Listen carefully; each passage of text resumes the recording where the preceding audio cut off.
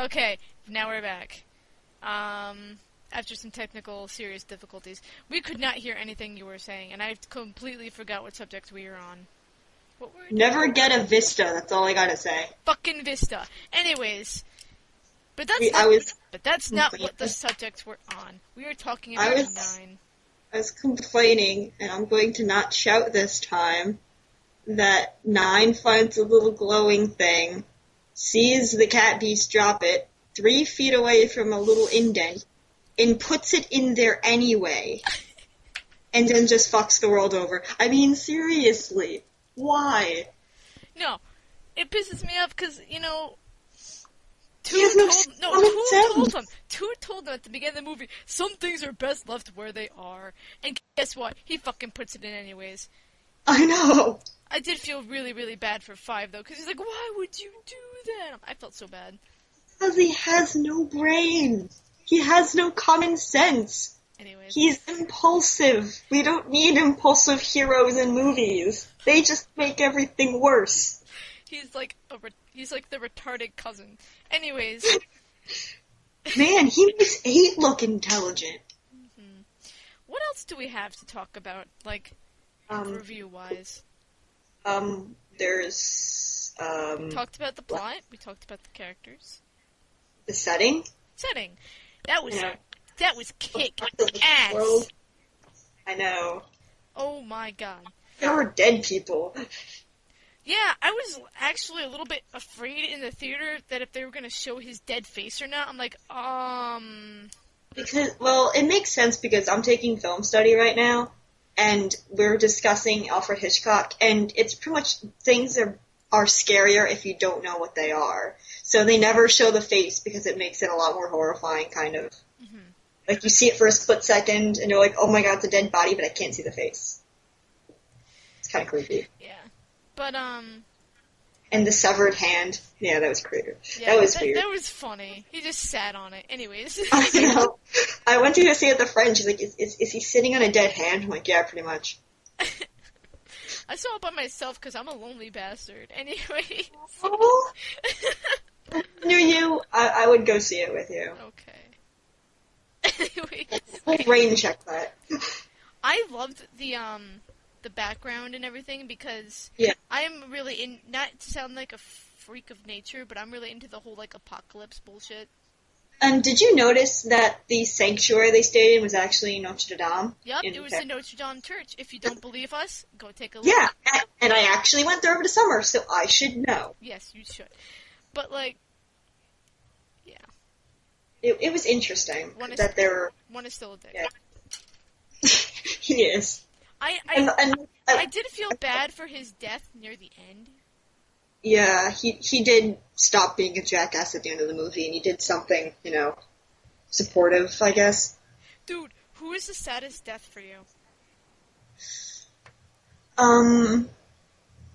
I think it's a tie between 2, because 2 is awesome, and 5, just because 5 was so helpful, I guess. I know, and he died during the song. I'm like, what?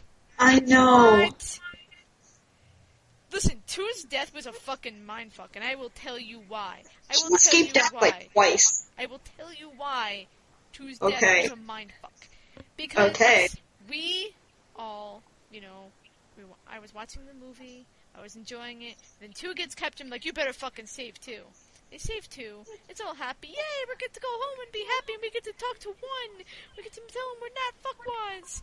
And then 9 has to be the dick and kill him again. But you know what?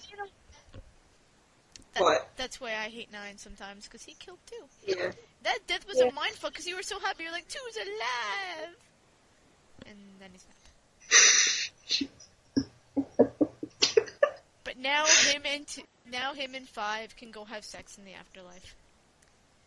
Yeah, that's just a wonderful thought, right there. How it's possible, I don't know. We will never know. Never. We won't know. All we know is that they're fucking somewhere. Somewhere over the rainbow. Which is really ironic, because... you'll never look at that song the same way again. No. Especially after what you said. wasn't like Over the Rainbow the song that was playing when they all died? Yeah. Yeah. Okay. You know what? I'm a dick. I'm sorry, everyone. That was really, really terrible. That was. Oh my God. That was the best. Excuse me while I slap myself. Anyways, that was bad. Okay. Here's another part of the story. What do you think about the music, like the score and everything?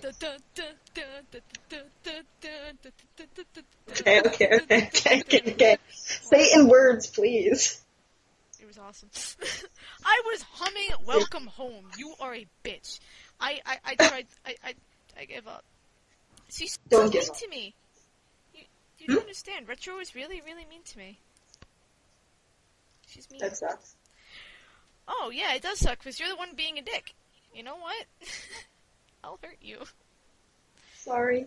You know what? The music was really good. I thought it fit. It was. Even without the amazing rock music, the score was very, very, very good. Especially from a musician's standpoint. Yeah, they kept it to the point, you know? Yeah. So it's all good. I'm always into score in a way. I'm kind of tempted to not really buy the soundtrack, but if I had money, I would. But I don't know. I'm broke. Yeah, so am I. I illegally download all my songs. Good for you, man. I just can't find them. I know you love me, YouTube, because I illegally download songs. You're such an inspiration, man. I am. Seriously.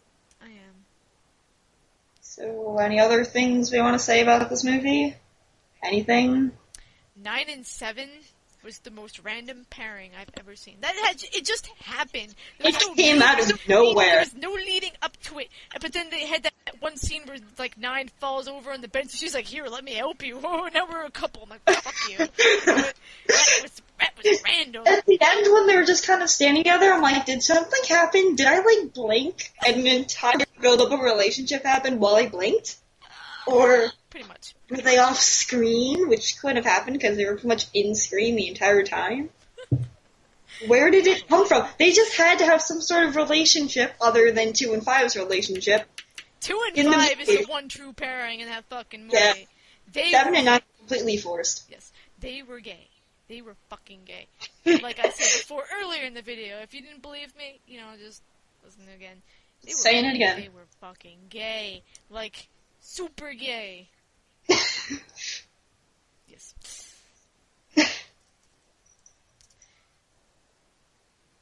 Yeah.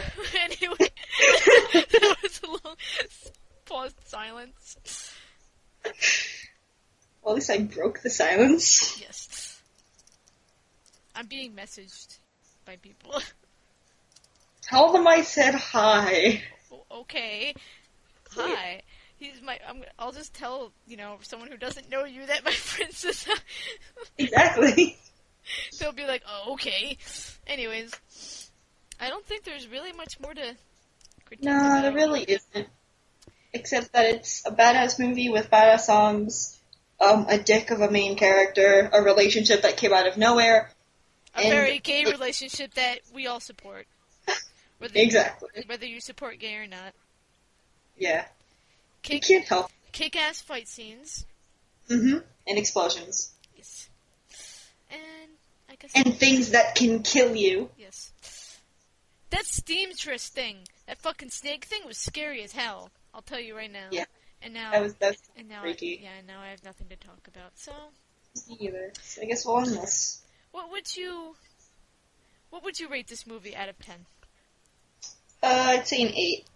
You're a bitch. I give it a 9 out of 10, just because it's 9, and it's that good.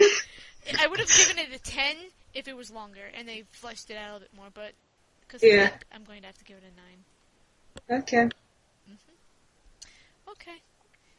I guess whenever we see the next movie we spaz about, I guess we'll do one. Yep. Guess that's it. Yeah, this is Coffee Kittens, and Retro. Uh-huh. Yep. Because she's a faggot. Anyways! Oh, come on! I had to do it. I just I'm had to. sorry, okay? You just can't help but lick that carpet. Anyways!